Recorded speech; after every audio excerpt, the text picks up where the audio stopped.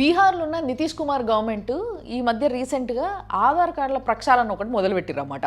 దీంట్లో బయటపడ్డ ఒక షాకింగ్ విషయం ఏంది అని అంటే, బీహార్లో కొన్ని ఏరియాస్లో 100 మంది ఉన్న దగ్గర 126 ఆధార్ కార్డులు, ఇంకొన్ని ప్లేసెస్లోనేమో 125, 123. అంటే అక్కడ ఎంతమంది జనాలు ఉన్నారో వాళ్ళకన్నా కూడా ఎక్కువ ఆధార్ కార్డులు ఉన్నాయి.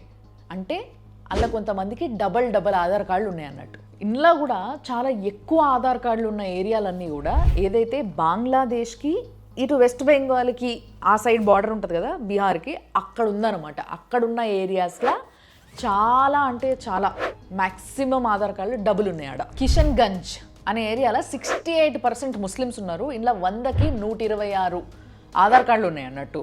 తర్వాత కతిహార్ అనే ప్లేస్లో 44% ముస్లిమ్స్ ఉన్నారు. అందులో 100కి 123 ఆధార్ కార్డులు ఉన్నాయి. అరారియా అనే ఏరియాలో 43% ముస్లిమ్స్ ఉన్నారు. అందులో కూడా 100కి 123 ఆధార్ కార్డులు ఉన్నాయి.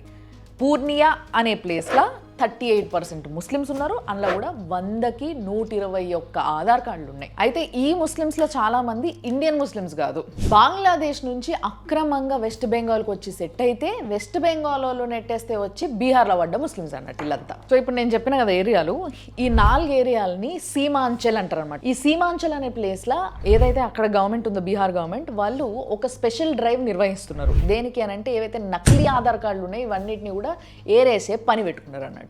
బీహార్ మొత్తంలో కలిపి 94% ఆధార్ కార్డులు ఉంటే కేవలం ఈ సీమాంచల్ అనే ప్లేస్లో మాత్రం 100కి 125 ఆధార్ కార్డులు ఉన్నాయి అన్నట్టు. అందుకోసమే ఈ డ్రైవ్ 2021లో మోడీ గవర్నమెంట్ ప్రతి ఒక్కరి ఆధార్ కార్డు ఓటర్ ఐడి కార్డుకి లింక్ చేయాలి అని చెప్పేసి ప్రపోజల్ పెట్టినప్పుడు కాంగ్రెస్ పార్టీ ఏమన్నది, లేదు ఆధార్ కార్డ్ అనేది ఓన్లీ రెసిడెన్షియల్ ప్రూఫే అయితే తప్పితే సిటిజన్షిప్ ప్రూఫ్ కాదు కాబట్టి అట్లా కనెక్ట్ చేయడానికి వీలు లేదు అని ప్రొటెస్ట్ చేసింది. కానీ అదే కాంగ్రెస్ పార్టీ 2025లో ఆధార్ కార్డ్ని ఓటర్ ఐడి కార్డ్కి లింక్ చేయాలి, అది సిటిజన్షిప్ ప్రూఫే అని చెప్పేసి అంటుంది.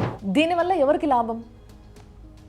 ఎవరైతే అక్రమంగా మైగ్రేట్ అయ్యి బంగ్లాదేశీలు వచ్చి అక్కడ సెటిల్ అయి ఉన్నారో వాళ్ళందరికీ లాభం. ఎందుకంటే వాళ్ళందరికీ కూడా ఆధార్ కార్డులు వస్తాయి, ఓటర్ ఐడి కార్డులు వస్తాయి, అవి లింక్ అవుతాయి, పోయి ఓట్లు వేస్తారు, వేస్తే ఓట్లు ఎవరికి వేస్తారు. సో ఇలాంటి డ్రైవ్ని, ఈ నకిలీ ఆధార్ కార్డులు ఏరేసే డ్రైవ్ని మన దగ్గర కూడా చాలా తొందరగానే నిర్వహించాలని నేను కోరుకుంటున్నా.